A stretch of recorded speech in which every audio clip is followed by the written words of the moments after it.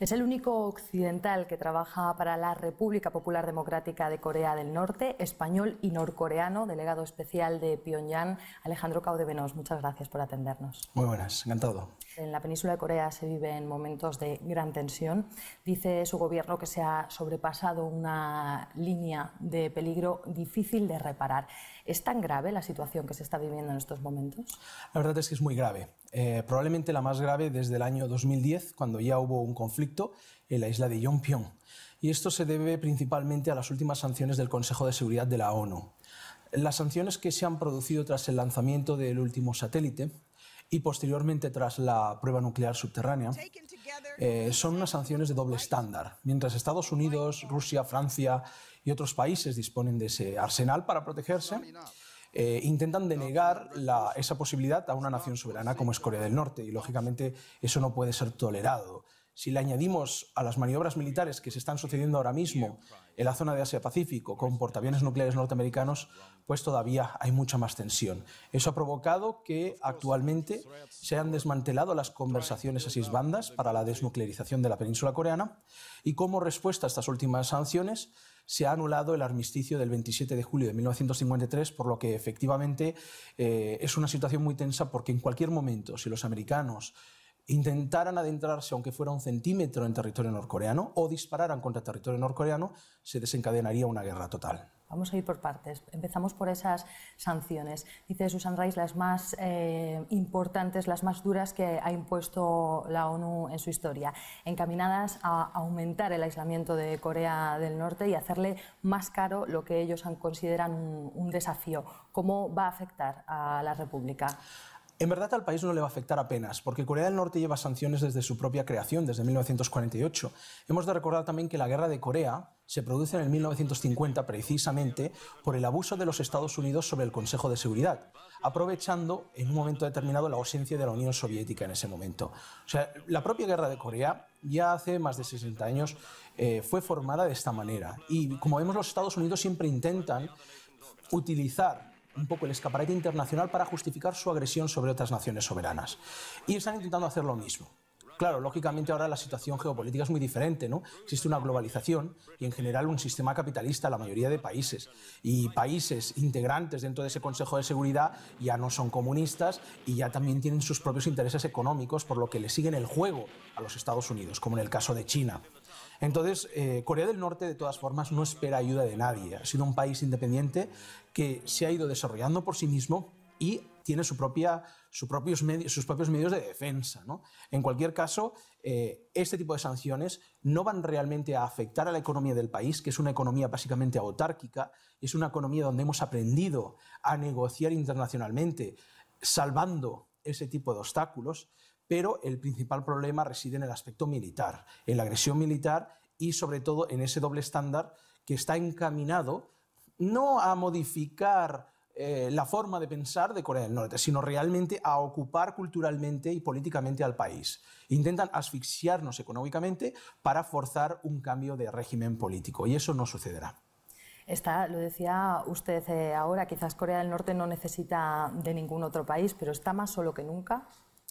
Corea, se puede decir que no ahora, sino tras la desaparición del socialismo, lógicamente se ha encontrado sola en la arena internacional, porque es un país realmente comunista, con un socialismo a niveles económicos y a niveles estatales, que países como en el caso de la antigua Unión Soviética o China ya abandonaron en los años 90. Entonces no es algo nuevo, no es una experiencia nueva. De hecho, el periodo más difícil precisamente fue ese. Entre el año 1995 y el año 2000, tras la famosa perestroika, en la desaparición de los mercados socialistas, todo se privatiza, el dólar y el euro se convierten en los dioses mundiales, deja de existir este mercado paralelo socialista que existía y el país se sume en una grave crisis. Corea ha sufrido muchísimo hasta el año 2000-2001, en que ha podido rehacer su industria y buscar fórmulas para solventar el problema, ese vacío dejado por el mercado socialista.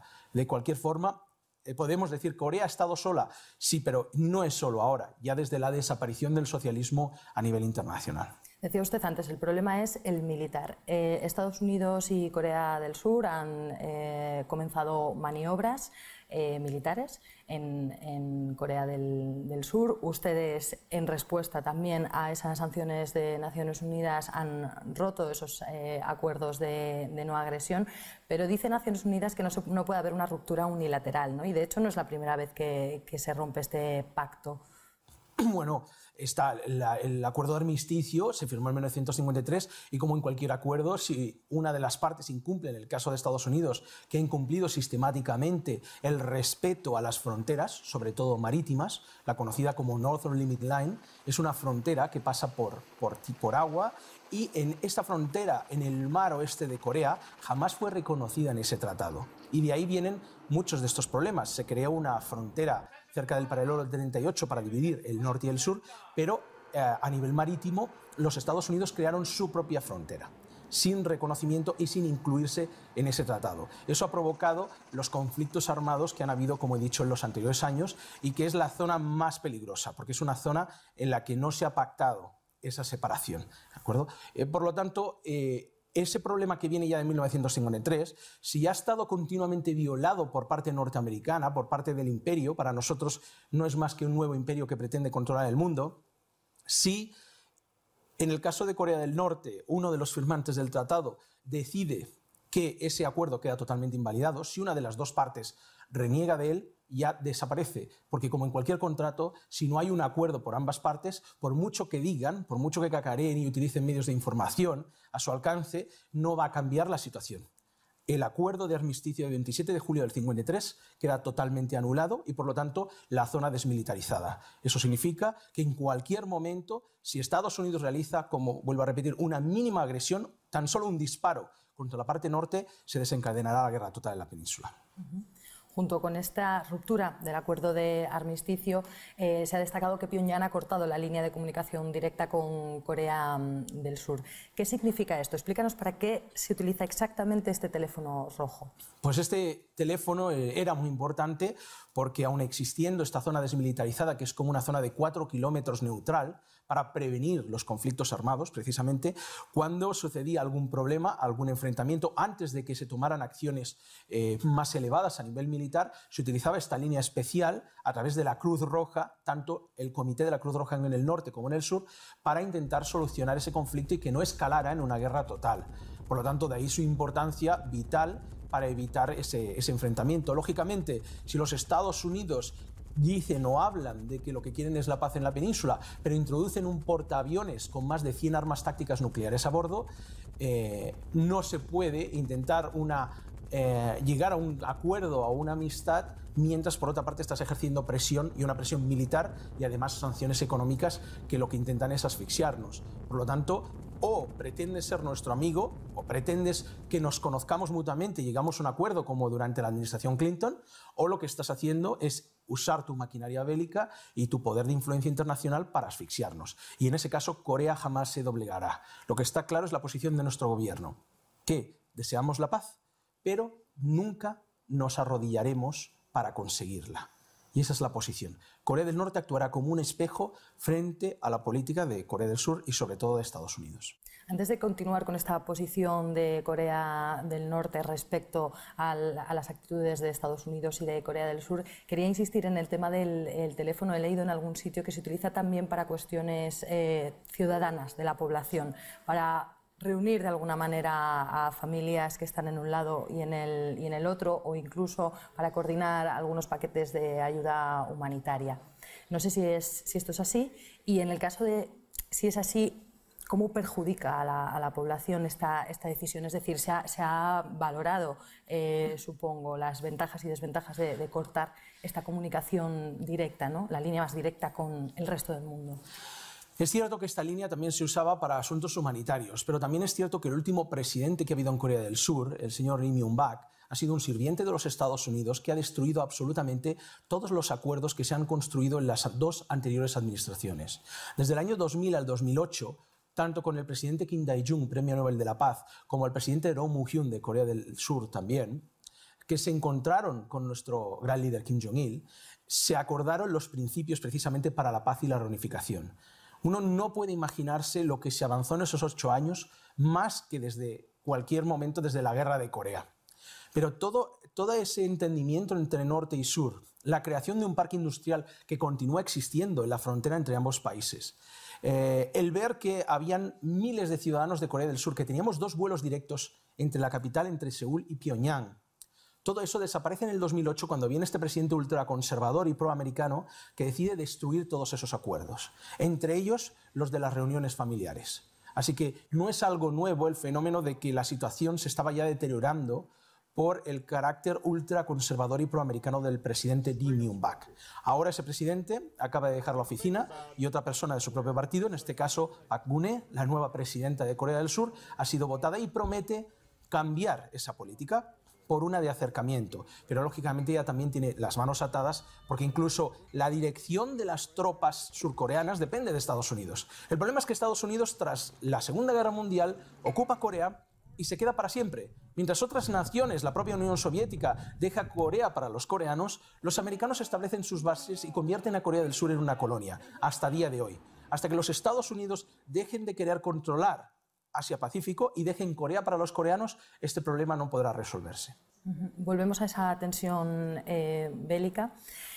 En Corea del Norte esta semana, o al menos es cuando lo hemos conocido, ha iniciado también, hablábamos antes de las maniobras de Estados Unidos y Corea del Sur, pero ha iniciado también sus propias maniobras a gran escala, un despliegue aéreo sin precedentes. ¿Cuál es el objetivo de estas maniobras, de estas acciones militares? El objetivo es básicamente de prevención, como lo es la disuasión nuclear. El desarrollo de armas nucleares o de misiles intercontinentales no es el de ocupar el mundo. Hace ya más de 10 años que Corea del Norte tiene ya estas armas nucleares y tiene misiles que pueden golpear sobre los propios Estados Unidos. La cuestión está en que si no desarrollamos este tipo de defensa, los americanos harían lo mismo que han hecho en Afganistán, en Irak, o más recientemente en Libia, que es básicamente ocupar el país para apoderarse de sus recursos y de las zonas estratégicas, para lo que realmente les interesa.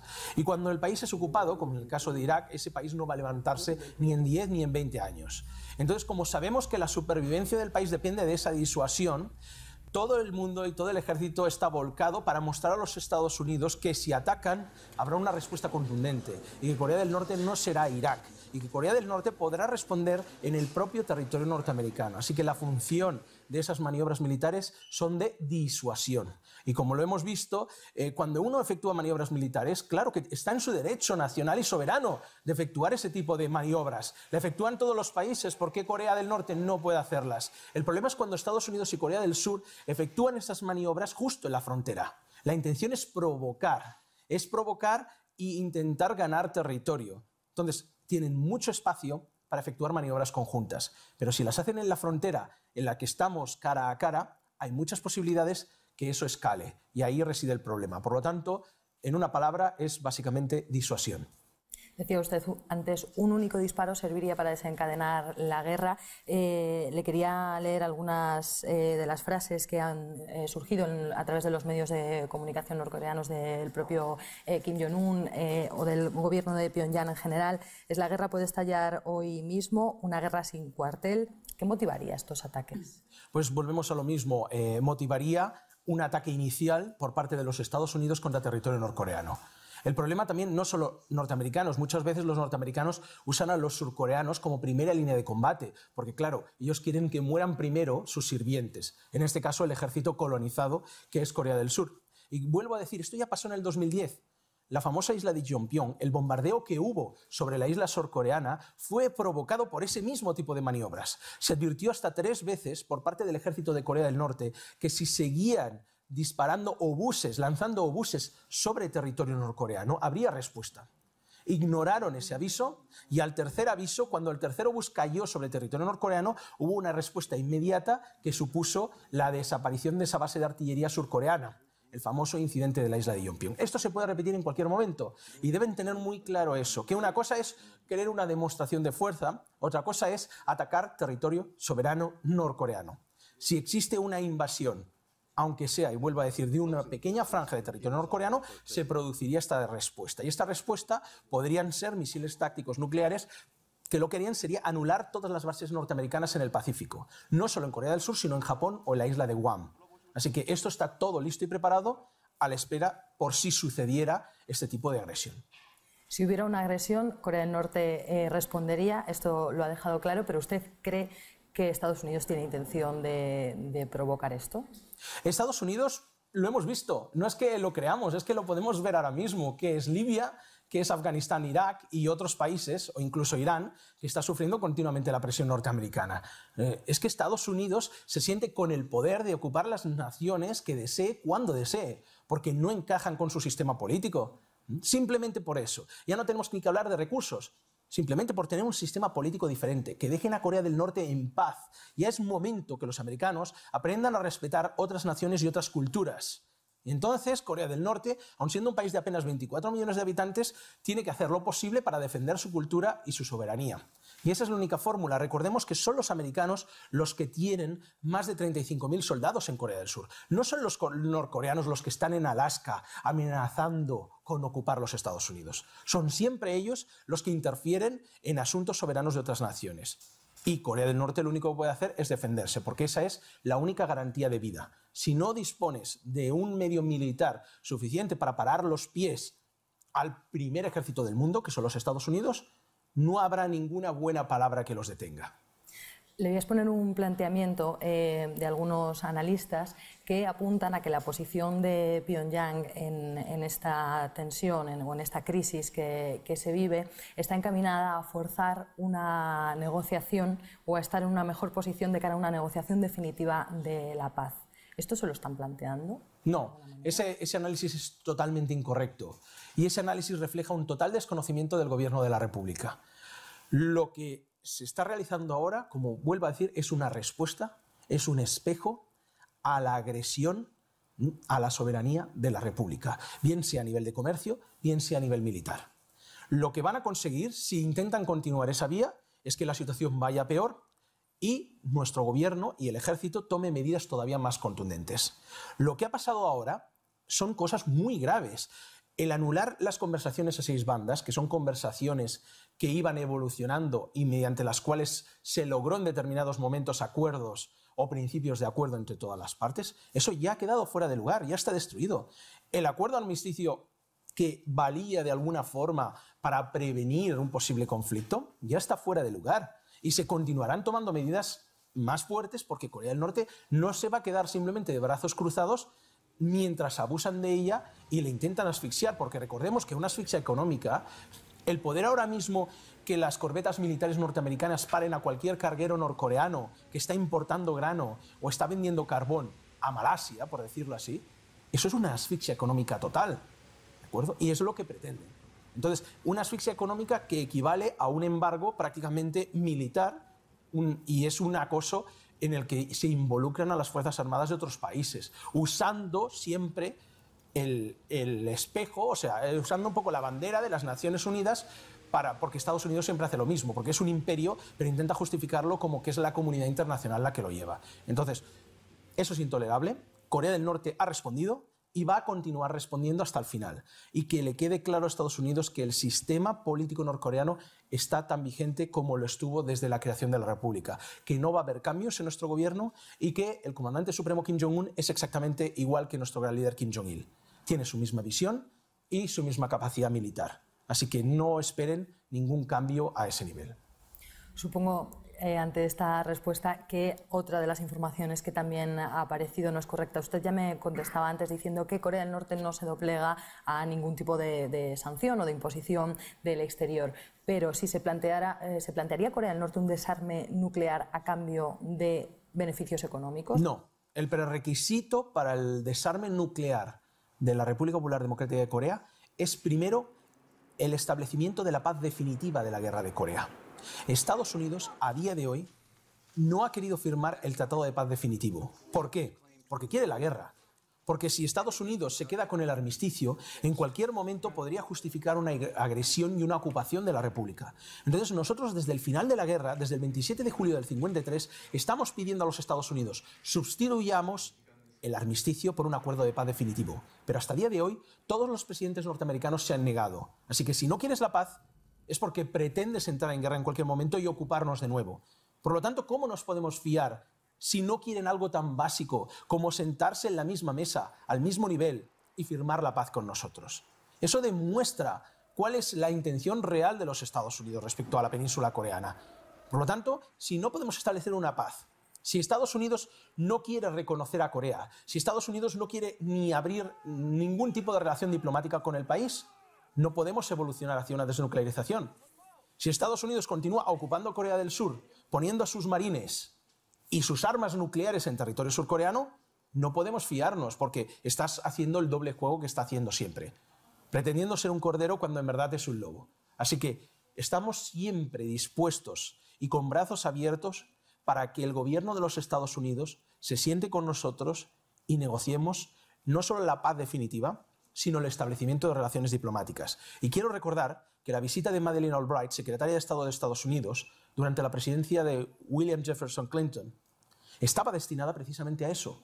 Se llegaron a acuerdos muy importantes desde el año 1994 y el paso siguiente era establecer relaciones diplomáticas entre los dos países. Por desgracia, perdieron los demócratas, vino George Bush y hizo lo mismo que ha hecho Lee Myung-bak en Corea del Sur. Destruyó todos los acuerdos de entendimiento y volvimos a un estado de confrontación hasta el día de hoy.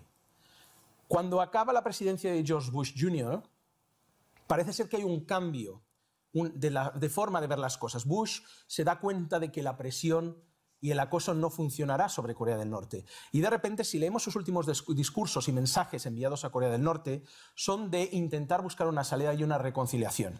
Pero precisamente cuando Bush se da cuenta de eso, al final de su mandato, gana Obama las elecciones, un presidente que no tiene ni idea, ni está bien informado por sus medios de información sobre la situación coreana, y volvemos a estar igual. Y esta situación se repite de forma cíclica. Por eso estamos en este momento. Si hubiera una continuidad en esa diplomacia internacional y realmente unas ganas de establecer la paz, se habría firmado ya. Y nosotros, por nuestra parte, estamos siempre dispuestos a esa paz. ¿Y qué va a ocurrir? ¿Es posible un enfriamiento de esta tensión próximo? Pues depende exclusivamente de los Estados Unidos. Corea del Norte está en su mismo lugar y su posición no ha cambiado jamás.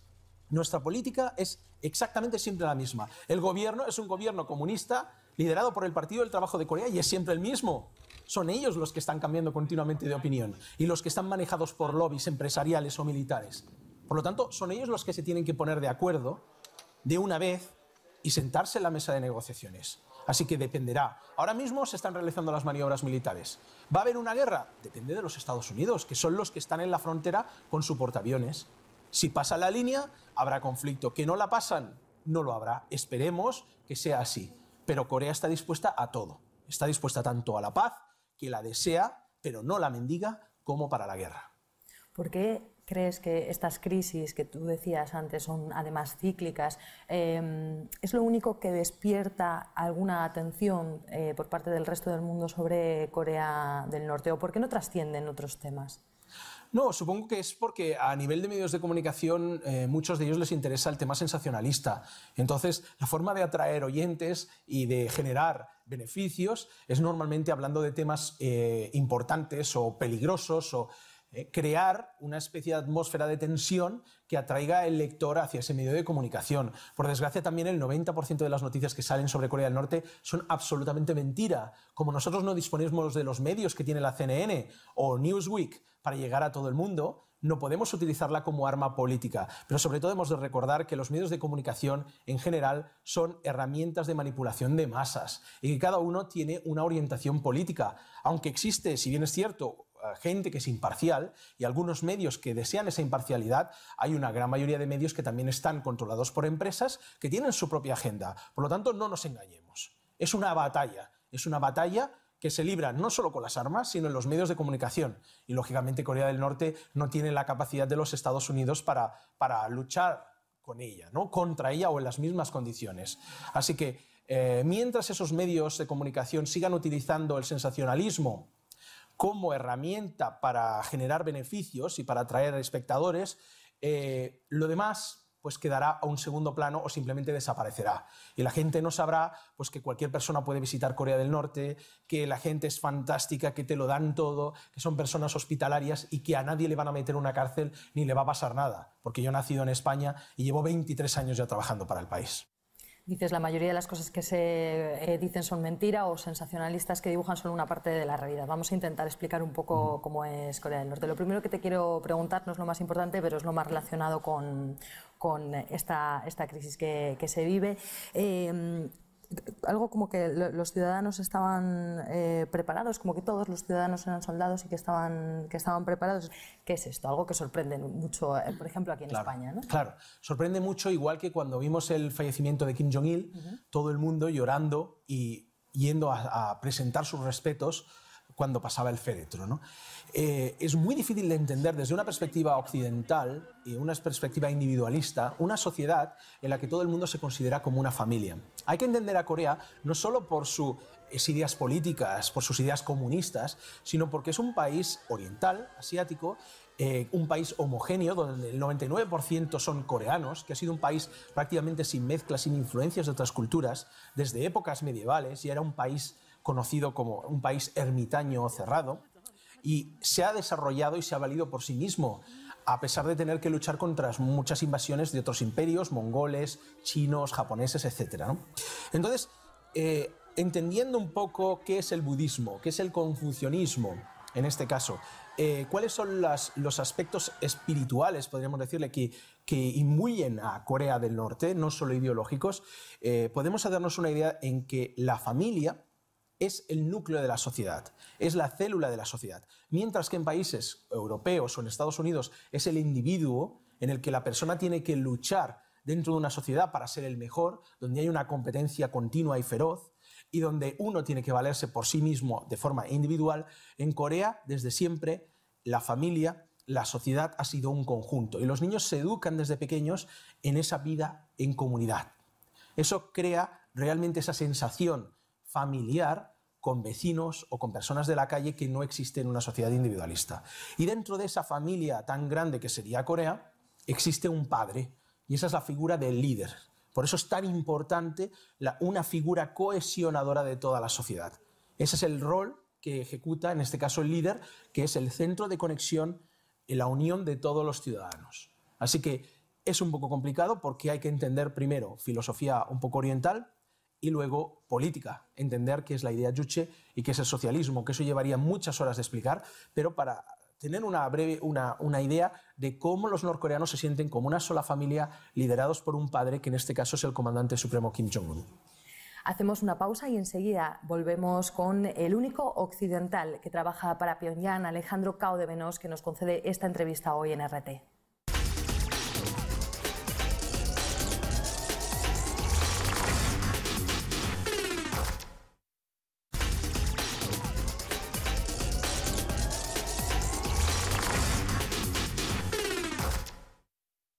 Aquí seguimos en nuestra entrevista en exclusiva con Alejandro Cao de Benós.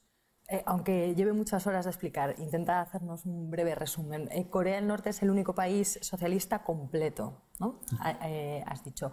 ¿Por qué? ¿En qué se traduce en cosas cotidianas esto? Y luego, por otro lado, también dices, es una democracia. ¿En qué sentido? Bien. Primero, es un país socialista. A ver, no hay un solo socialismo. Cada nación, decía el presidente Kim Il-sung, debe buscar su propio socialismo, o lo que denominaríamos comunismo, porque se le denomina comunismo para diferenciarlo de la socialdemocracia europea, ¿de acuerdo? Pero la expresión correcta sería un país socialista. Esta expresión de socialismo, Corea del Norte tiene su propio socialismo que llamamos idea Juche, que es diferente al marxismo-leninismo tradicional o al materialismo dialéctico que conocíamos. No es una copia ni de la Unión Soviética, ni del maoísmo de China, ni ningún otro, sino que el presidente Kim Il-sung creó una idea partiendo de la tradición y la base tradicional coreana, ¿bien? Sin copiar a otras naciones. Entendiendo que el socialismo, cada país tiene el suyo según sus propias características y que Corea ha desarrollado su socialismo particular, llamado idea Juche, lo que normalmente alinearía a los países socialistas es que los medios de producción pertenecen al pueblo. O sea, en Corea del Norte no hay empresarios, no hay empresa privada, sino que toda empresa de producción, desde camiones hasta cualquier empresa de industria ligera, pertenece al pueblo. Así que los beneficios que se generan empresariales se reinvierten en el propio pueblo. No se lo queda una comisión de accionistas, no se lo queda una oligarquía que acumula el dinero que viene del sudor del trabajador, del proletario. Esa es la gran diferencia entre capitalismo y socialismo. Así que Corea del Norte, la gente trabaja, tiene sus trabajos, no existe el paro, ¿de acuerdo? No existen problemas muy graves que están habiendo en países occidentales como violencia doméstica, etc. Es una sociedad mucho más armoniosa que la que puede haber en Europa.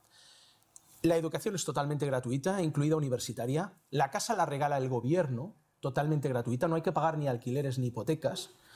Y la sanidad también lo es. Así que todas las necesidades básicas del ser humano estén cubiertas por igual para toda la población.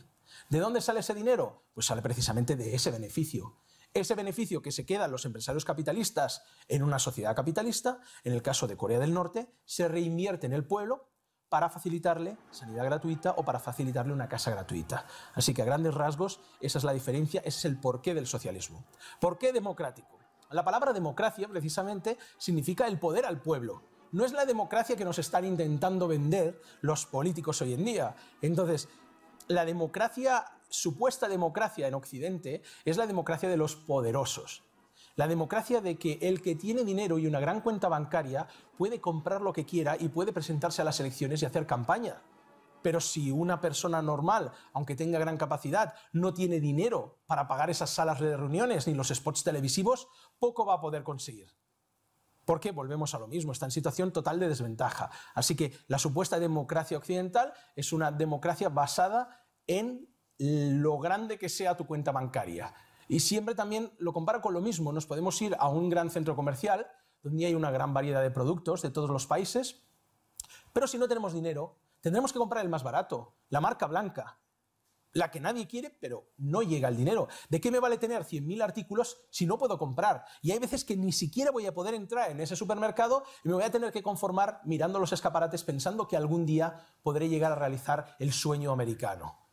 Entonces hay que despertar a la realidad, que esa es la realidad a la que muchas personas en España se están dando cuenta ahora, qué es el capitalismo en realidad y a quién beneficia ese capitalismo, y lo que es la democracia que representa el poder popular, que es en la que nosotros creemos. Por eso el país se llama República Popular Democrática de Corea.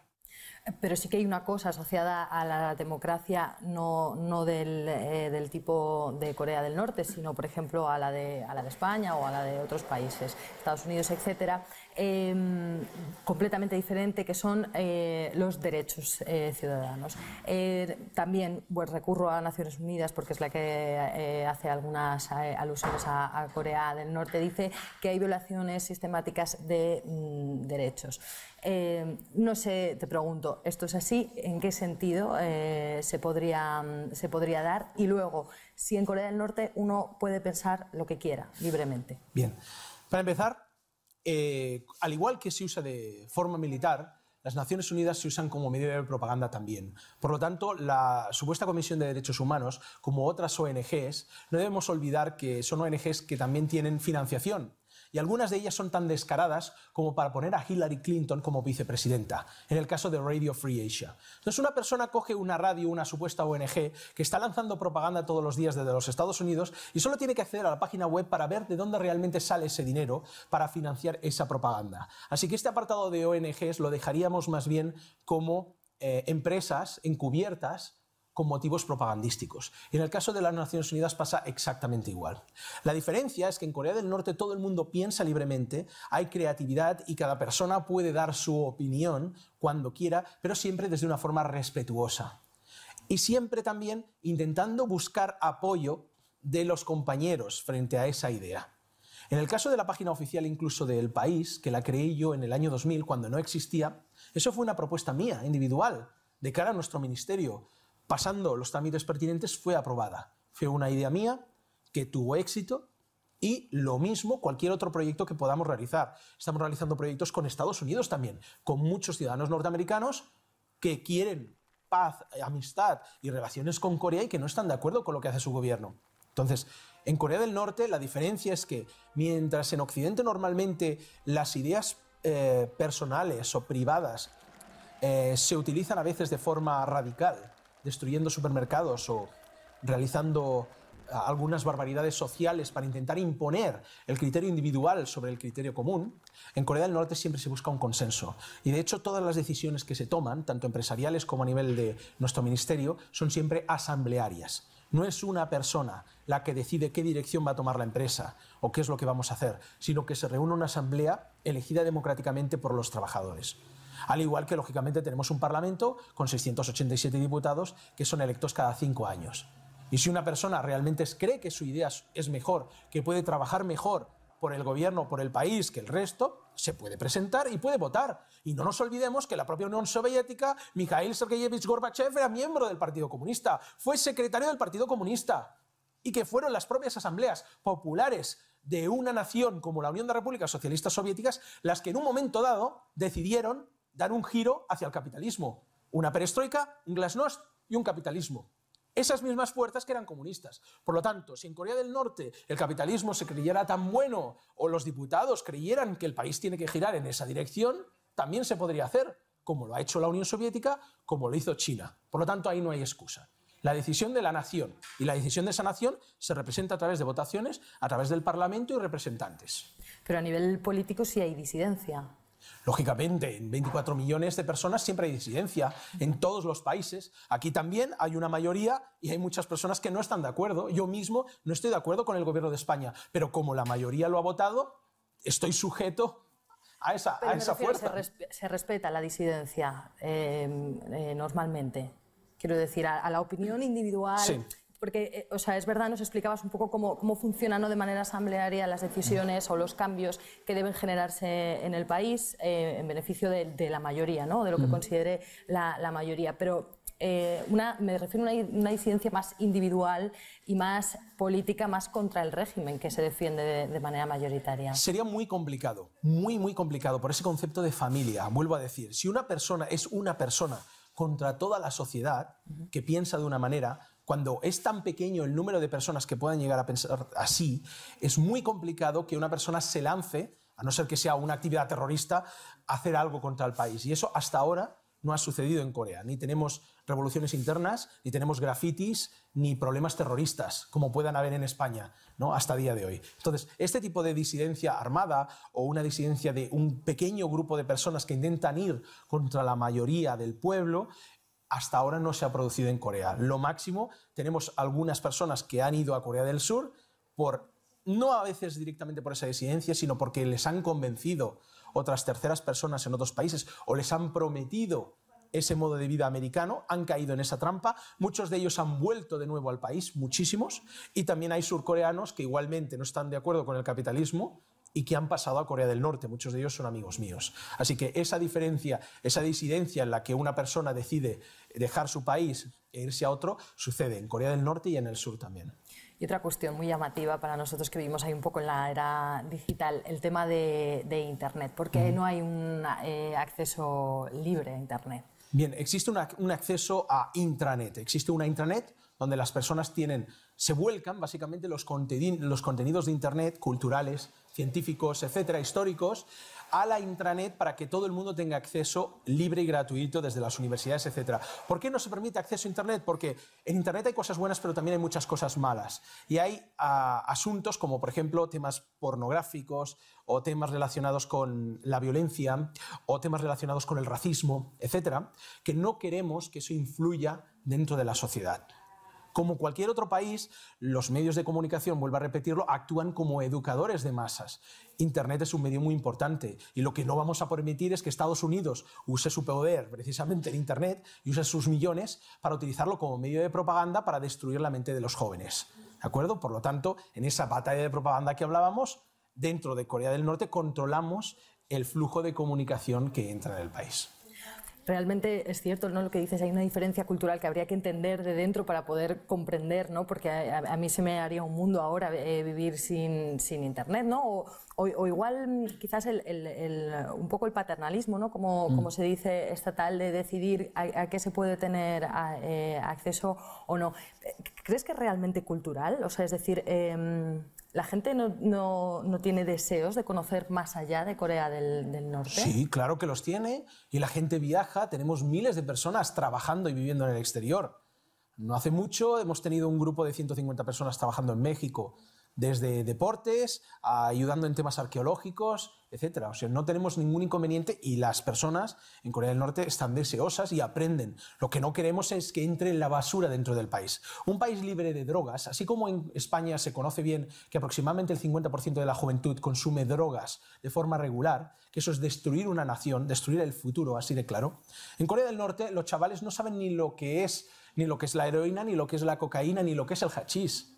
Viven felices, no tienen que preocuparse, no solo ellos, sino luego podríamos hablar de libertad, la libertad de consumir drogas en la calle o la libertad de poder ir a las 2 de la mañana por cualquier calle o por cualquier pueblo en Pyongyang sabiendo que no te van a atracar.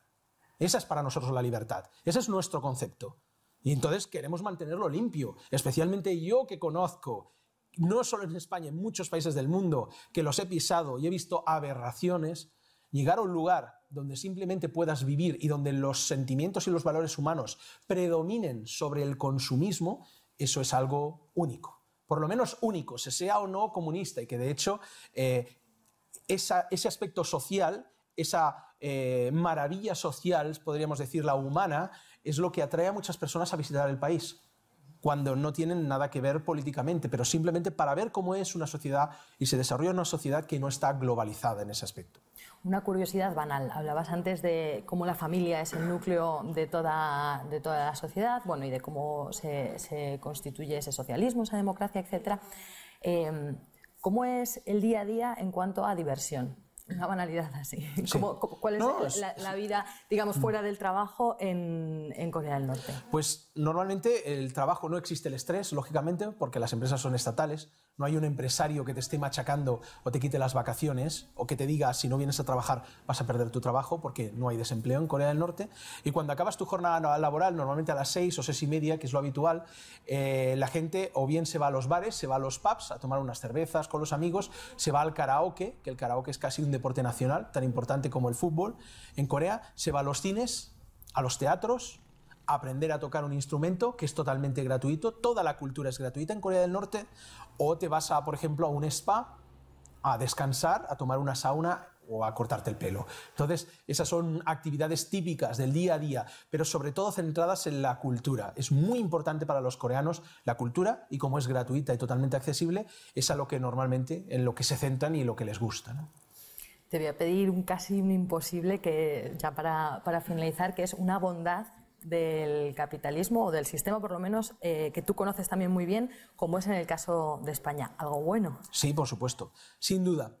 El emprendimiento. O sea, la capacidad, lo positivo que tiene un sistema capitalista es que muchas veces por la necesidad, por la propia necesidad que genera este sistema tan desigual, hace que las personas busquen ideas o busquen formas de desarrollar una empresa o un sueño que tuvieron, un proyecto que antes no lo habían llevado a cabo. Y de esas ideas, de ese empuje o de ese arrojo a crear cosas nuevas, salen a veces invenciones o empresas importantes, ¿no?, que pueden beneficiar a la gente y que hacen al país prosperar de forma más rápida hacia el futuro. Y esa es una de las cosas que creo que es muy importante que se desarrollara en Corea. Aun teniendo nuestro sistema estatal, hace mucha más falta ese arrojo, porque las personas, una vez están acostumbradas o tienen la vida asegurada gracias a que el Estado le cubre sus necesidades, en muchas ocasiones parece que eso esté garantizado, tenga que ser así, cuando no es así. ¿De acuerdo? Cuando eso cuesta un dinero para el país producir y regalar esas casas a cada ciudadano. Entonces, eso crea una situación, podríamos decir, cómoda, que adormece ese sentimiento emprendedor. Por otra parte, también el carácter coreano es un carácter muy conservador, y a veces por preservar el honor no se da ese paso más allá. Cuando uno emprende un proyecto, se está arriesgando. No solo se arriesga a que funcione o no, sino que está arriesgando su propio honor. Y el honor es más importante que la vida en Corea. Entonces, si ese proyecto en el que él pone todas sus fuerzas e involucra a todos sus compañeros no funciona, esa persona quedará deshonrada. Como decimos, quedará su cara sucia delante de la sociedad porque no ha funcionado. Entonces, los norcoreanos tienen mucho miedo normalmente a perder ese honor. Y ese miedo también a perder el honor hace que el país no pueda avanzar tan rápido como se quisiera. Y ahora una última cosa, de verdad, y porque creo que los telespectadores deben sentir curiosidad de cómo Alejandro Cao de Benós, español, se convierte en norcoreano, trabajador para Pyongyang y delegado especial de estas relaciones culturales con el extranjero. ¿Cómo ocurre esto? Bueno, también larga historia, puede dar para rato, pero básicamente empieza con 16 años y un interés tremendo por la cultura asiática y, lógicamente, por el socialismo. Precisamente en esa época tan traumática, donde los países socialistas estaban cayendo y donde las pocas referencias políticas que habían en España, pues parecía como que todo el mundo se había equivocado, que eso era una cosa errónea, y la gente abandonaba esa idea, la idea por lo menos general de crear una sociedad más igualitaria, ¿de acuerdo? En la que todo el mundo por lo menos tenga sus derechos cubiertos. Es un poco la idea original que te lleva al comunismo, el crear una sociedad donde todo el mundo tenga acceso por lo menos a lo básico. Y esa idea o ese idealismo se pierde, sobre todo porque las experiencias prácticas caen, en este caso en la URSS, etc. Pero hay un país que está intentando llevar a cabo este proyecto de sociedad igualitaria que no ha abandonado esas premisas. Es Corea del Norte, pero lógicamente ni hay libros en la biblioteca, ni nadie sabe casi dónde está ese país. Así que mi interés con 16 años se convierte en una locura por buscar información.